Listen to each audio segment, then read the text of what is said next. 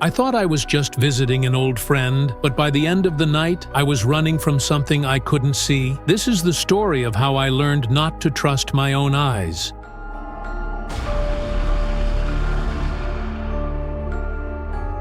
My name is Isabella, and I used to believe the scariest thing in life was loneliness. But after what happened to me last winter, I've realized that being alone is nothing compared to the horror of being surrounded by something otherworldly. Let me tell you my story. I've always been an introvert. Spending time at home with a book or scrolling through my phone felt safer than venturing into the outside world. So, when I got an unexpected message from my childhood best friend, Rachel, inviting me to her birthday party, I was torn. It had been years since we'd spoken, and the thought of stepping out of my comfort zone filled me with dread. But Rachel's message was warm and insistent. "It'll be fun," she promised. "I've missed you." Against my better judgment, I decided to go. Her house was in a remote part of town, surrounded by thick woods. The drive itself was nerve-wracking. The narrow, winding road cut through a dense forest, and the tall trees seemed to close in on me as I drove. By the time I reached Rachel's house, my nerves were shot. But the sight of her warm smile and the sound of familiar laughter quickly put me at ease. The party was better than I expected. We reminisced about old times, shared drinks, and laughed until my cheeks hurt. For a few hours, I felt like I belonged. But when I glanced at the clock and saw that it was already 11:30 p.m., a wave of unease washed over me. The thought of driving back through that dark forest in the middle of the night was unsettling. "You're leaving already?" Rachel asked, disappointment flickering across her face. I explained my fears, and she nodded in understanding. "Don't worry," she said. "I'll drive you to the bus stop. It's not far." Her offer was a relief, especially since my car wouldn't start. Rachel's driveway was eerily quiet as we climbed into her car. She dropped me off at a small, rickety bus stop by the side of the road. "It's the last bus of the night," she said with a reassuring smile. "You'll be fine." As her car disappeared into the distance, I felt an unsettling chill in the air. The bus stop was nothing more than a rusty bench under a flickering street lamp. The road stretched into darkness on either side, and the only sound was the soft patter of rain. The rain grew heavier, its rhythmic sound drowning out everything else. But at that moment, I thought I heard something, a faint rustle, like footsteps behind me. I turned quickly, but there was nothing there. "It's just my imagination," I told myself, blaming the rain and darkness for playing tricks on me. When the bus finally arrived, it screeched to a halt with a sound that made my skin crawl. I climbed aboard, grateful to be out of the rain, but something about the bus felt off. The interior was dimly lit, and the few passengers were eerily silent, staring straight ahead as if in a trance. I took a seat near the middle and tried to shake off the unease. The bus began to move, and everything seemed normal for the first few stops. Passengers got on and off without a word, and I told myself I was just being paranoid. I distracted myself by checking my phone, but the late hour and my isolation made me anxious. This was far from my comfort zone. I never stayed out this late, and being stranded without my car only heightened my fear. The bus eventually stopped at a dimly lit area, and a girl with long, dripping wet hair got on. She was pale, her clothes soaked, and she moved to sit at the far end of the bus. Something about her made my skin crawl. She seemed wrong. Her eyes locked onto mine, unblinking, and I felt frozen under her gaze. I turned to the passenger beside me and whispered, "Do you see her?" The man frowned and replied, "There's no one there." My heart sank. I looked back toward the girl, and she was still there, staring. With each passing stop, I saw her again, sometimes by the roadside, sometimes reflected in the window. No matter how far the bus traveled, she was always there, watching. It was as if the bus was circling the same haunting figure over and over. I couldn't take it anymore. I pulled out my phone, determined to record her, but when I pointed the camera in her direction, the screen showed nothing. She wasn't there. Panic surged through me. I shouted, trying to get the attention of the other passengers. "Look, there's something out there. Can't you see her?" But they all looked at me with pity or annoyance. "You're imagining things," one woman said. Another man added, "Calm down, miss. There's nothing out there." I felt trapped. My chest was tight, and my breaths came in shallow gasps. Was I losing my mind? Was this some kind of sick prank? My hands were shaking so badly I could barely hold my phone. The bus finally came to my stop. I rushed to get off, nearly stumbling trembling as I stepped into the rain. My house was only a short walk away, but the streets felt darker and more menacing than ever. I moved quickly, glancing over my shoulder with every step, and then I saw her again. She stood in the middle of the road, her long hair clinging to her face, her eyes boring into mine. I let out a scream and bolted toward my house. My keys fumbled in my hands as I tried to unlock the door. Once inside, I slammed the door shut and collapsed onto the floor, sobbing uncontrollably. I called Rachel, desperate for some reassurance. Between gasps and sobs, I told her everything. She tried to calm me down, saying it was just my imagination, but there was something in her voice, a hesitation, that made me think she wasn't telling me everything. What was that thing? Why did it follow me? I don't know, and maybe I never will. But one thing is certain, I'll never step foot on another bus, and I'll never visit Rachel's house again. Some invitations are better left unanswered.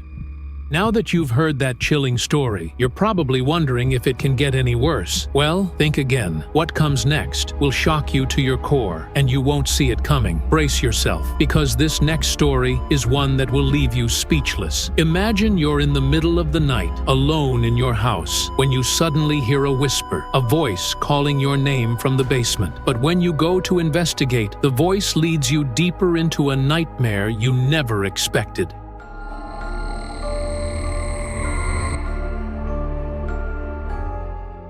It was late November when everything began. The days were growing shorter, the nights colder, and the air in my house had taken on a chill that seemed impossible to shake. My name is Adam Carter, and I have always considered myself an independent, rational person. I didn't believe in ghosts or the supernatural. I was the type of person who trusted science over superstition and facts over feelings. But I was about to experience something that would challenge everything I knew. I had just moved into my new home, a quiet, two-story house on the outskirts of town. It was a charming house, with creaky floorboards and the kind of character you could only find in older homes. The previous owner had left in a hurry, selling it at a surprisingly low price, but I didn't mind. I was thrilled to have a place of my own, a sanctuary from the world. Little did I know that this house would soon become my prison. It started with a strange noise. The first night I spent in the house, after unpacking my things, I was sitting on the couch in the living room, scrolling through my phone. The house was silent, the kind of silence that felt almost too loud, like it was pressing in on me. I was just about to stand up to go to bed when I heard it, a faint whisper. At first, I thought it was just the wind. The house was old, and the windows rattled when the wind blew. But then, the whisper came again. This time, it was clearer. "Adam!" My heart skipped a beat. I froze. There was no one else in the house, just me. I glanced around the room, expecting to see someone standing in the doorway, but there was nothing. I stood up and walked toward the door, checking the hallway, but it was empty. The whisper had stopped, and for a moment, I convinced myself it was just my imagination. But deep down, I felt a gnawing sense of unease. I went to bed that night, but I couldn't shake the feeling that something was watching me. The quiet of the house felt suffocating, and I kept my lamp on, hoping the light would keep the darkness at bay. But as I drifted off to sleep, I heard it again. Adam, this time, it was closer. I shot up in bed, my heart racing. My room was still, and no one was there. The voice sounded so real, so unmistakable, that I could have sworn someone had whispered right into my ear. But when I looked around, I was alone. I tried to brush it off as a nightmare, but the feeling of being watched lingered long after the whisper faded into silence. The next day, I tried to forget about it. I kept myself busy unpacking and organizing the house. I even invited a few friends over for dinner, hoping to fill the space with noise and warmth. But that night, when I was alone again, the whisper returned. "Adam, come to the basement." It was softer now, almost pleading. The voice seemed to float through the air, its words echoing in the back of my mind. The basement. I had never gone down there since moving in. The door was locked, and the thought of venturing into the dark, musty space below didn't sit well with me. But for some reason, the whisper called to me, urging me to go. Against my better judgment, I found myself standing in front of the basement door. My hand hovered over the handle, my body frozen with hesitation. Every instinct screamed at me to turn around and leave, but I couldn't. It was as if something was pulling me forward, as if the voice had an irresistible grip on my willpower. I opened the door. The basement was dark, colder than the rest of the house. The air felt thick, almost suffocating, and the stairs creaked under my weight as I descended. With each step, the whisper grew louder, but it still didn't make sense. Why was it so insistent? What did it want from me? At the bottom of the stairs, the darkness was absolute. I could hardly see my own hand in front of my face. My flashlight flickered and barely illuminated the old wooden beams above me. The silence in the basement was unbearable. The only sound, the soft tapping of my shoes against the floor. And then I heard it again. "Sit down, Adam." The voice was clearer now, more urgent, as though it was impatient with me. I turned around, my heart pounding in my chest, and saw it. A small wooden chair placed in the center of the room, facing the wall. My breath caught in my throat. It wasn't there before. Against every instinct in my body, I walked toward the chair. I could feel my body trembling as I sat down. The air grew colder, and the whisper stopped. A suffocating silence took over, and the hairs on my neck stood on end. It was then that I realized this wasn't just some prank or trick of the mind. This was real. Something was down here with me, something that had been waiting for me to come down. Suddenly, the temperature dropped even further. I could see my breath in front of me, swirling in the air. I tried to stand, but my body wouldn't respond. I was paralyzed, trapped in the chair as the room seemed to close in around me. The whisper returned, this time in a low, guttural voice. "You should never have come down here, Adam." The words felt like ice, sinking deep into my chest. The room seemed to grow darker, the shadows stretching toward me, closing in. I could hear faint footsteps in the distance,